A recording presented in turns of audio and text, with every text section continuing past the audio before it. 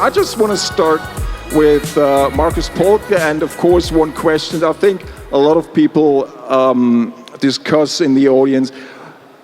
Do insurance companies as a company will be there in 10 years' time? Will they exist with all these data-driven challenges you have? Yes. What makes you so sure?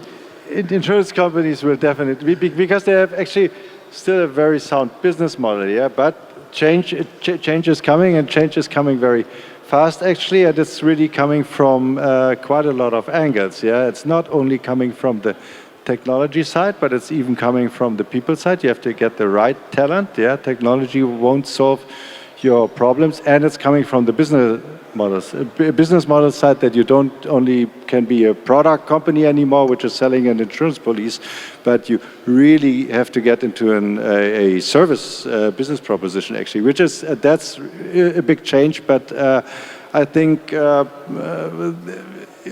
that's why we are sitting here as well, where there are so many people from insurance companies here.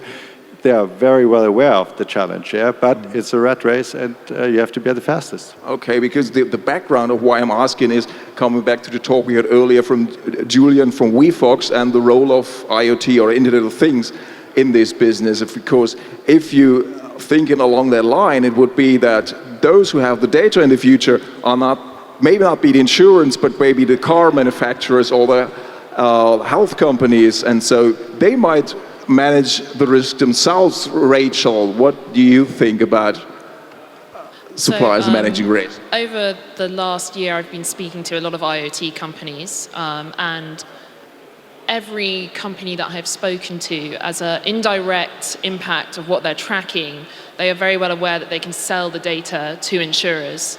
As an example, I've been speaking to a company that monitors the cold chain, nothing to do with blockchain or cryptocurrency, the literal transportation of goods that need to be controlled at temperature, for instance, pharmaceuticals. And they have such a good line of sight to what's happening along the supply chain that they are actually able to identify that Dallas Airport in the United States is one of the worst places to ship your pharmaceuticals through. So are able to sell that data back to insurance providers.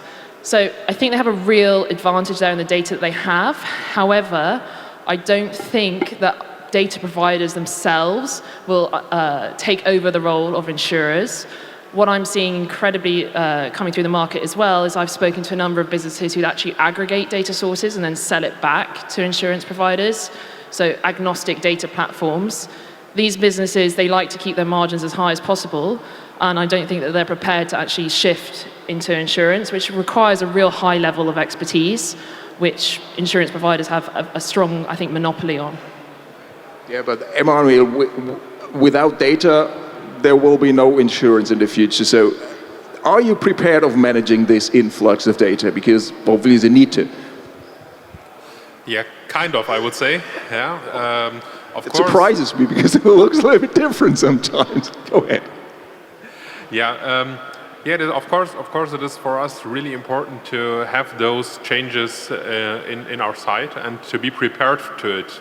To be prepared means, of course, we need to understand what is happening out there, where the data comes from in the future, if we do not have direct access to it.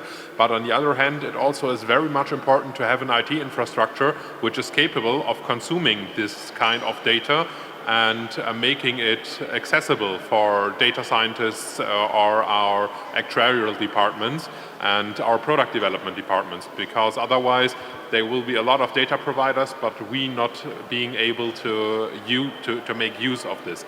Yeah. What would be the consequences if you not be able to make use of it? You're out of business. I guess sooner or later, yeah. Okay. Samyr, will that be enough?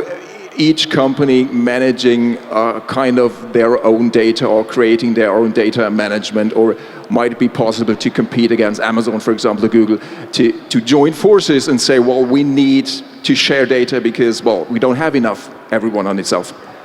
May I first answer the two first questions? Sure. Because I have also a point. Yeah. Please interrupt each other. You don't wait for me to ask questions. You can easily answer directly. So the first question was, will there be any insurances in 10 years from now? Well, I fully concur with Marcus. Yes, definitely. Why? It's like asking the question, will there be any risk in 10 years from now, right? So if you have risk, you have insurance. And the second thing is, well, for every risk, okay, you need to put some reserves on it. So you need to have a quite solid balance sheet to cover for those risks. How many companies can have that privilege? Not so many. So that's point one. So yes is the short answer. The second one, you ask, okay, well, if you have data, I mean, those who have data could be also insurers. I'm just paraphrasing what you're saying. Well, I don't agree, because go back to the point one, you have the data, fine, but you don't have, okay, your back is not solid enough, okay, to carry again the risk. So data alone does not suffice. But a combination of the both is explosive, in the sense that if you amass this kind of data and actually structure them, analyze them, generate insights, and take actions to serve your customer best, then yes, you make yourself very, very relevant. And the other question that you had was also, how can you manage to capture that vast amount of data? Well, remember one thing is, do you know which? The first country that is the number one country in telematics is the US. Do you know which country is the second in telematics? I mean, for car telematics is Italy. Yeah. And the number one player in Italy is Generali. So the vast amount from car telematics, it is something that we can manage, and we can reuse that let's say, knowledge for other purposes. Next step, IoT. And just jumping in from an investor perspective, the likelihood of venture capital money getting behind business models which are very balance sheet heavy is quite low. That requires a very specific type of investor who's going to take on that level of risk. What VCs love is scalable business models, which are defensible against risk, and taking on balance sheet risk is something that we get very nervous about. And I've had several conversations about various different business models which take on balance sheet risk, and we've been adverse to them. But we do love businesses which are focused on data innovation, cognitive technologies like what Omnius is hoping to do. That's great, that's scalable. We like our margins to be 80-90% pure software margins, and we don't want to be doing what these guys are. So you would shy away from IoT startups who offer insurance? I'm not shying away from IoT startups at all, because the IoT startups, they're not offering insurance, they're offering data. And often as a byproduct of their core business model. I think a really interesting area of data expansion is in satellites, or low orbit satellites, and what's called near space, offering some really interesting data sources which have yet to actually be commercially available to a lot of people. So ensuring areas of the world that previously haven't been open to insurance. So for example, Indian farmers through satellite data can get better insurance products, and that's really, really exciting. But again, they're never going to be insurers, they're going to be data providers. And I think that's why it's such an exciting time for the insurance industry, if they open themselves up to what startups are doing, and thinking about startups in a very broad way. So not people who just position themselves as insurtech, but think about their entire supply chain and what can be disrupted. Because there's so much, I could speak for like an hour about how much disruption is coming to the insurance industry if you look at every single part of the supply chain. You want to add something? Yeah, I think, in the past, or even maybe in the present a little bit, insurances have been masters of data in their very own silo. Yeah, and it's actually not very good data because it's not real time, etc., etc. And there are other data masters in other silos, and this is all coming together now. Yeah, like it has been in online advertising a decade ago or so. And so there will be new players coming into the field which understand the data much better, and another chance for insurances to interpret the data they have much better and find very different use cases than selling insurance policies instead. Yeah, that's why I say about having a service proposition instead of being just on the product side of things. So it cuts both ways. Yeah, and insurance is, in a way, are in a good position. Yeah, to understand data, but only a tiny fraction of all the data which is around here, actually. So what would that mean, concretely speaking, this kind of new business model or new fields you want to enter with new data management? Can you give an example? I tell you something, yeah? I mean, we shouldn't look only at insurance and which data it needs, but the business models which might not only replace insurance, but address other needs people, buyers of currently of insurance products have. You see, I'm a VC, yeah, which is backed by an insurance company.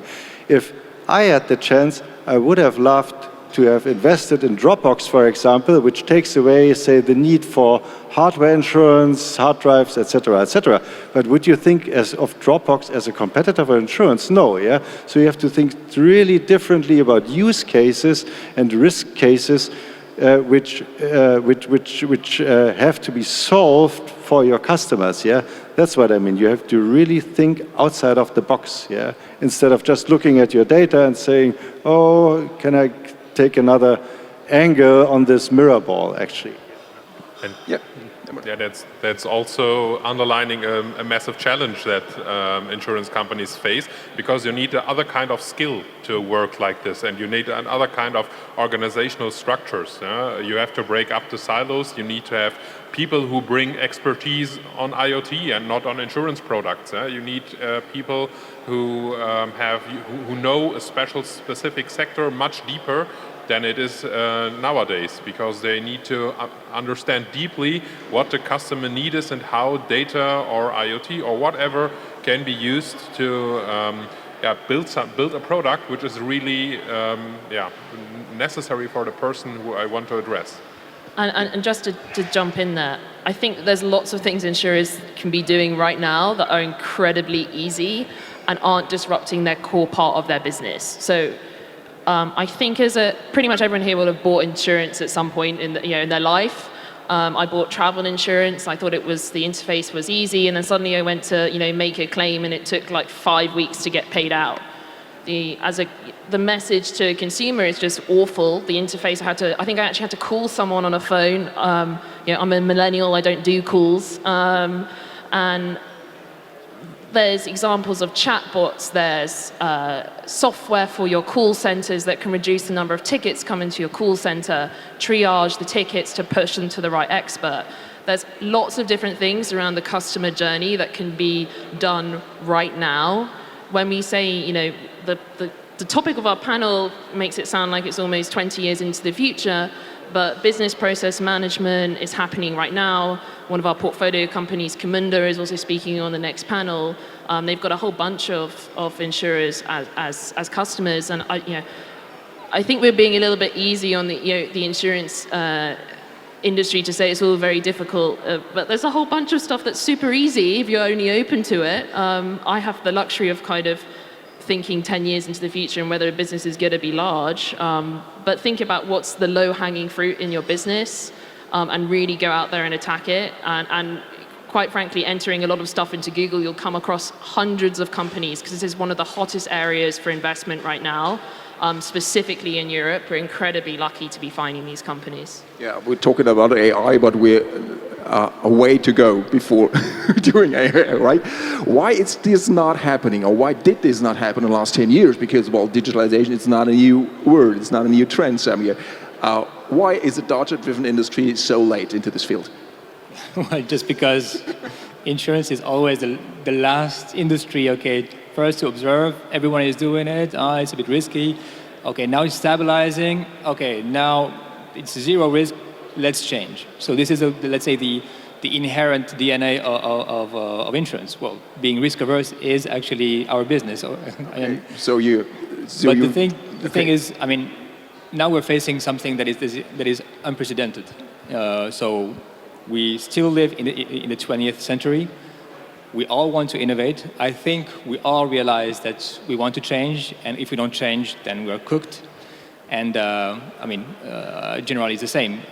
So I'm heading this innovation garage in Switzerland, and we have this kind of, let's say, 600 square meters of space for startups. So it's the mouse teaching to the elephant how to dance. And my role is also to help get the elephant how to dance. So we're trying. We're getting slowly but surely there. Emanuel, Marcus said, well, you're changing to a service-oriented industry. Sometimes it comes with the way that, okay, we are kind of service-oriented, we have the connection to the customer, but when I experience insurance industry and the contact insurance, my experience is like what Rachel said, it's not really customer-oriented service. How do you want to change that? Because it's actually a completely new mindset, isn't it? Yeah, I guess that taking the best customer experience as a goal, as a strategic goal for an insurance company, is nothing new. If I look into the presentations or whatever have been provided 10, 20, 30 years ago in strategic meetings, there was always we are service insurers or whatever, and we want to provide best possible customer service. But I guess something in the mindset has changed, or at least in our company, I can really feel that they take those things much more serious than they have done before, and they started much heavier investing in processes in IT and technology and so on to be able to provide better customer service. In the past, often we had too much the idea of optimizing our processes to be more cost efficient or whatever. This is of course still very much important, but not forgetting the customer with it. Yeah? So at least what I also heard by talking to a lot of colleagues from other insurance companies, there is a slowly the change of mindset there, and we are beginning to invest. Yeah? I want to come back to the question, which will sticking to data and what I would like to discuss on data, because if you're buying data from IoT or from other companies, you're kind of sharing data, at least on a different scale. How do you differentiate in the future if you think about, well, using the same data, everyone buying the same data from the car manufacturers? For example, Marcus, what is your opinion on that? Because in the end, it might be irrelevant which insurance company I would choose, because, well, they all running the same models or running the same risk algorithms on the same data. You don't think so? No, I actually really don't think so, because it's really not about the data, but what you make out of the data. And I think you see, it's like with money. You can do so many things with money, right? And you can have, it's about the people doing, I think in insurance you call them the actuaries, yeah, but, or data scientists, data analysts who build business models or risk models or whatever on top of that. And again, it's about the service proposition, yeah? It's not about just data, and it's always the same coming out of it. Yeah, I'm not scared of that part actually. Yeah, but you have to nurture invention in these insurance companies, yeah, and creativity in people. Yeah, that's why you need brains, and you need these brains to come up with new ideas about what to make out of the data. If I may rapidly add, so. For me, okay, I know we are in an AI summit, so basically we have to talk about algorithms, data, or CPU, but for me this is all secondary. I mean, and this is our mantra. Number one starts with the customer. And regardless of what you have in data, first see what the customer wants, what is his or her pain points, needs, and then once you identify that, then you go back to the data and which data do I need? And then you make a difference if you manage to cover that need. That's the point. I also kind of just fundamentally disagree that everyone's going to have access to the same data. Around 20% of data is public, and then 80% of it's hiding under rocks somewhere, which you've got to go out and find. I don't see that changing in the next 10 years. I think you've got to think creatively about what data points you want to collect as an insurer to improve your underwriting process. So point one, I disagree on that. Point two, I think actually humans at the moment are writing algorithms. At some point you'll have algorithms writing machine learning and AI writing themselves, but there's still a huge differentiation when it comes to technology between companies to companies. And just for an example, I've spent quite a lot of time looking at the machine translation space for language, and there's a huge amount of difference between companies and the level of translation that they can achieve, whilst also having relatively similar access to data sets and not being entirely different. So there's definitely a competitive edge that you have in your tech teams, and I think that's really going to be a strategic priority. When I do talk to large insurers, that is a strategic priority for them of hiring the best tech talent, and this is about augmenting the human experience. There's not going to be one monolithic insurance provider in 10 years' time. But the problem is we cannot hire these tech talents. You know it. I mean, in terms of pecking order, We're stealing them. we are really number 200. So first, I mean, I live in Zurich.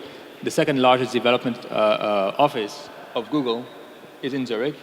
And when you have the ETH student going out, freshly graduating, he doesn't go to Generali, he doesn't go to AXA, he doesn't go to Allianz. He wants to go to Google. And if Google does not accept him or her, then second choice is I'm going to fund my startup, or the other way around. So that's why, forget about hiring the top talents. This is not happening. I don't think you have to hire the top talent. I think you do have to hire talent though, or you're going to have to pay for it. You're going to have to go out and pay for it to the startups that do have them, or you're going to have to create budgets from your own inefficient processes, right? So using business process management to get rid of the low-cost, low-hanging fruit. There's stuff that you can do. I'm happy that there is stuff that you can't do, because that means that the startups that we do fund can tackle some of your budgets. So that's great for us. But there's definitely, and I appreciate the challenge. It's tech talent is hard to find, even for our startups, and it's a competition out there. But yeah, I mean, it's kind of also great for us because. But there's a solution for that. And so if we cannot hire the talents, we hire the startups. Yeah, exactly. So we have them in-house, they're independent, and they can work on. Emanuel wanted to add something. Yeah, that's exactly what I wanted to say. The solution to this is, on the one hand, of course, you need to try to get as many talents as you need, but having the illusion that you will always have the best ideas wouldn't be realistic. Yeah? You have to be open-minded, much more than in the past, to work together with startup companies or with other ecosystem partners which have the talent, which drive innovation, and you just need to partner up and work with them, and not having the old idea of developing everything yourself. And I think just to add this, I mean, this is why we are investing in startups, because then we can profit from the business models, just even financially, actually, and which might lead to a very different transformation even of the core business of the insurance, because you're completely right, it's hard to hire the talent, even though I think it's something insurance companies have to address. Anyway, but just to acquire startups is so often, we've all seen that it's a kiss of death for the startup, because the culture of a corporate is just so different from I didn't say that we acquire them. I said we work with them. I know, and working together is very good, but just acqui-hiring is just something which completely kills then very often the creativity in the business model. That's why partnering is so important, and having a partnering culture. I wanted to come to what Rachel said. You're pretty happy, understandably, that there's certain fields are not covered by insurance, because then you can invest, startups can grow. So what is the dream business model, or what kind of techs do you invest in where you see real lack in the insurance industry? You can say, okay, startups can grow in there because, well, there's no other way companies will do that. So just for some background, we're growth stage equity firms. We write checks of anywhere between 10 and 60 million euros. We're really looking for businesses that can be category leading and at large scale, so delivering hundreds of millions of revenue. So what we really like, and I'm going to kind of talk about one business that we've invested in, Camunda, recently, who's about to speak. They've got a whole bunch of customers who are insurers, but they serve a whole other bunch of industries as well, and we love that because it's not just going into a niche vertical. And also a great thing from them is they're developer-led, so they're open source software. Developers can try them for themselves, and then you can upsell within an organization. So recently they found out that LinkedIn was one of their customers, almost kind of purely by chance. They found out that LinkedIn was a customer and it had gone in from the developer organization. So we don't see insurance and try and find a niche. We look for large, TAMs, or total addressable market. That's something that we always look for.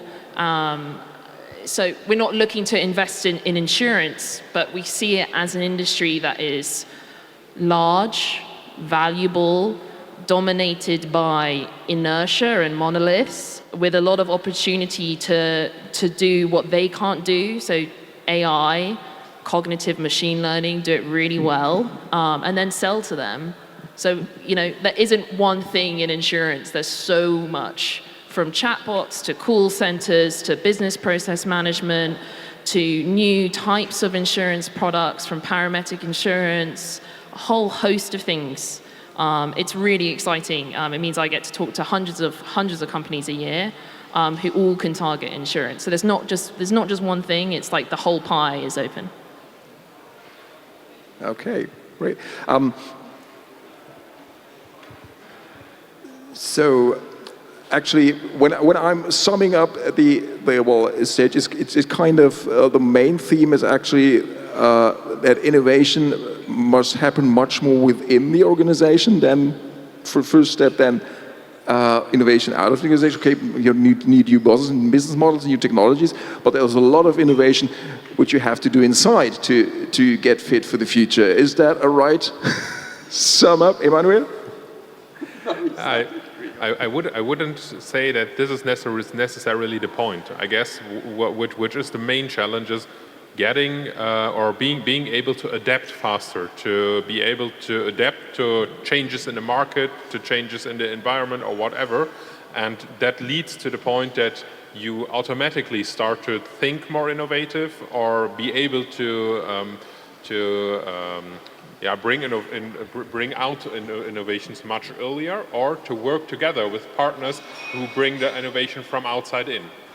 The key is being adaptable to changes. You disagreed, Markus. Oh, you want to say?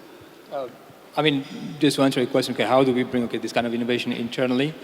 We've heavily invested, of course, in our infrastructure. Okay, we cannot touch or kick out our legacy, and unfortunately, that would require, for the size of Switzerland, 50 million. Well, we don't have that figure. But what we've done is, yes, we started to change the mentality of the company by showing that we have this kind of collaboration readiness with this innovation garage. But having startups around is not enough. Of course, we have all the pain points that Rachel described. But I think for us, the keystone is to have this kind of middle layer or middleware where you can connect the legacy system to the new world, to the external world. And for that, okay, we can connect Salesforce that we are having now, and all the startups can, with a Docker container, connect to the middleware and have access to the customer data and deliver products within 90 days. How much time do you have to change for the insurance company? Changes now. You see, Jeff Bezos always says it's day one, yeah, and it is day one in terms of the innovation we will all see. So and it's going super fast, yeah, and everybody has really be very under tension to change. There's not much time, yeah, but I think.